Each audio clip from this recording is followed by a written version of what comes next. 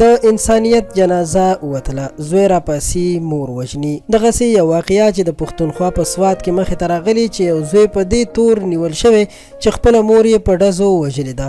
زوی یې د مور د وژلو نه وروسته تښتېدلی و، خو د پولیسو په کوششونو سره هغه نیول شوی دی او اوس پولیسو سره دی. خو د پلټنو په دوران کې هلک ویلي دي چې مور یې 3 ورځې مخکې له کوره خپل اشنا یا ملګري سره وتلې وه چې په همدې ګناه باندې د غیرت په نوم ووژله. د یادول وړ ده چې کومه ښځه وژل شوې د هغې 3 بچي هم و چې یو پکې دا هلک هم شامل دی، کوم هلک چې خپله مور وژلې.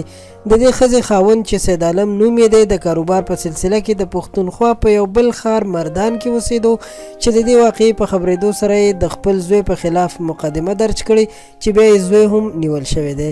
دا دردونکې واقعه په منګوره سوات کې شوې ده، اگر که په خبرونو کې دا خبر چلیږي چې دا ښځه د خپل اشنا سره له کوره وتلې وه، خو د دې معلومات به وروسته وشي ځکه چې اکثر د داسې واقعیاتو نه پس ملزمان واقعې ته بل رنګ ورکوي. خو بیا هم زه دا وایم چې موبایلونه په کور کې ساتل یو لوی نقصان پېښولی شي ځکه ښځه ډېر عجز مخلوق دی او داسې به تاسو هم اورېدلي وي یا به مو لیدلي وي یا به ستاسو د نظره تیر شوي وي چې جنکۍ یا ښځې خپلو یارانو سره د کوره وتلي دي او تښتېدلي دي او اصلي وجه همدا ښودل شوي چې په موبایل به یې چا سره خبرې کولې. نو قدرمنو، الله پاک دې د هر مسلمان او مومن حیا او پردې وساتي، امین.